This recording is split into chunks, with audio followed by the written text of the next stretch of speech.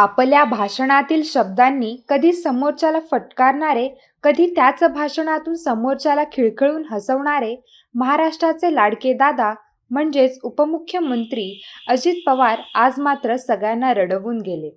वेळेचे पक्के असलेल्या दादांवर आज काळाने घाला घातला. ज्या बारामतीत ते जन्माला आले, जेथे लहानाचे मोठे झाले, जिथून राजकारणाचं धडे घेतले आणि जिथे राजकारणाचं मैदान गाजवलं, त्या बारामतीतच दादांनी अखेरचा श्वास घेतलाय. आज सकाळी अजित पवारांच्या विमानाला अपघात झाला. अचानक विमानाला अपघात झाला आणि विमान एका शेतात कोसळले. या अपघातात अजित पवारांसह 6 जणांचा मृत्यू झालाय. अजित पवारांची बारामतीत सभा होती. त्यासाठीच अजित पवार हे मुंबईहून बारामतीला येत होते अशी प्राथमिक माहिती आहे. दादा बारामतीत पोहोचले आणि विमानाच्या लँडिंग दरम्यान या विमानाला अपघात झाला.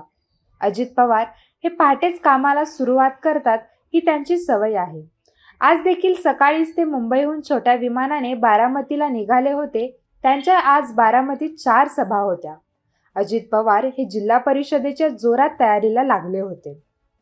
निवडणुकीतील प्रचार सभा असो किंवा मग जनता दरबार, दादा दिलेल्या वेळेत हजर असायचे. दादांना वेळेचे फार महत्त्व होते. त्यामुळेच ते रात्रीचा दिवस करून काम करायचे. त्यांची हीच गोष्ट जनतेला आपलीशी करून टाकायची. दादांची भाषणाची शैली काही वेगळीच होती. प्रचार सभा असो किंवा मग विधानसभा, दादांचं भाषण चर्चेत असायचं. पण आता मात्र दादांच्या शब्दांना कायमचा फुलस्टॉप लागलाय.